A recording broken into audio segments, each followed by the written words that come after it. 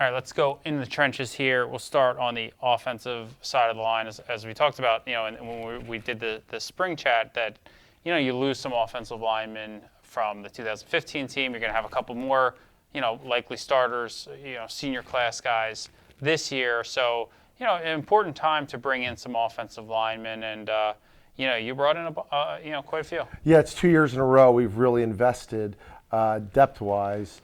In terms of our offensive linemen. And the first guy is JT Broyles, just very similar to Mike Ramos, that he comes to camp and just outworks everybody in that group that day. And Mike was the same way. They're big, strong. What they lack in foot speed, they'll make up with in their balance and body control and finish. And that's somebody who developed himself into an all-Ivy player. Became an all-Ivy League player. Right. And, he left camp, and Eddie Morrissey and I at the time, this guy's a lot like Ramos.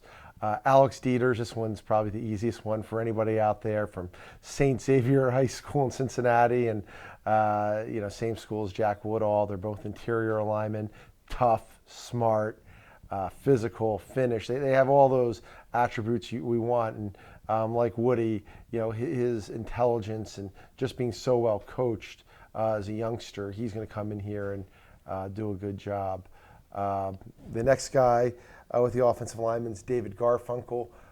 David reminds me so much of Jack Knight, and that they gotta go through sideways to get through my door. Just big, wide guys. But Jack Knight was never on the ground in high school. David was the same way. I watched that film. I said, Coach Verbit sent it to me. I said, Steve, this guy is Jack Knight. But he's more developed physically. Jack took a couple years to physically get strong enough.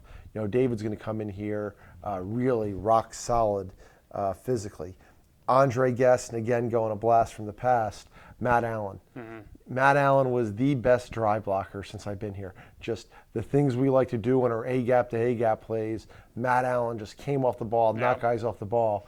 Andre, at camp, he was just toying with guys, just knocking them off the football.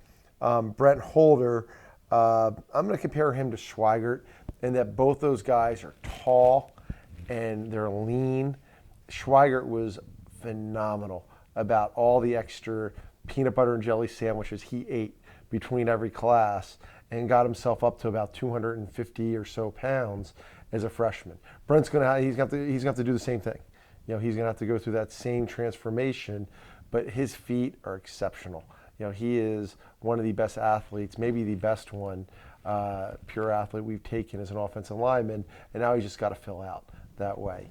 And then Riley Rasetovich, he was just like Spencer Houston, was a tremendous athlete, tremendous defensive player in high school that we saw as being a offensive lineman, and he is going to physically have a chance to compete really early. He just gets football. He's always in the right position. His physical traits, his quickness, his foot quickness, his strength, his power, going to give him a chance to be a little bit ahead of the curve of most offensive linemen that we've had. You flip it to the defensive side now, and this is a position where, and unfortunately because of what happened, that Desiree didn't play in 2015. Now you get him back now this season. So you've got some guys that can really learn from some high-level players, and then hopefully turn them loose. But it's a group of four that I know you're excited about. Yeah, I'll start with Matt Hampson, and these are comps. I'm not saying this is who they're going to be right. And everything else. This is just the similarities and traits that they have. But Kurt Haluba, you watch Matt Hampson's film and watch Kurt's high school film, and the ability for a tall guy to bend and be explosive and come off the ball.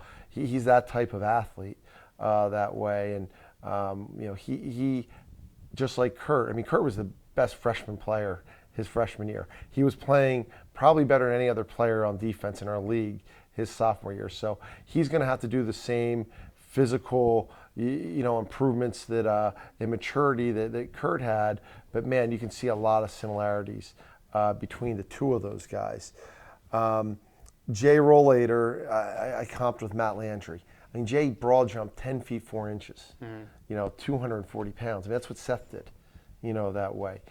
His 40-yard dash time. I mean, Matt was probably the best measurable defensive lineman, and we've had two in the NFL right now that we had. Jay's going to be the same way. And the same thing, Matt had a little learning curve.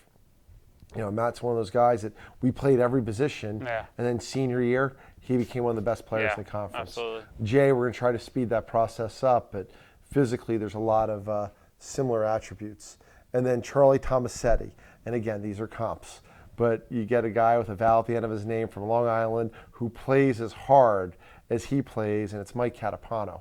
And when you watch his film, I was like, whoa, this guy plays harder than everybody else on the film.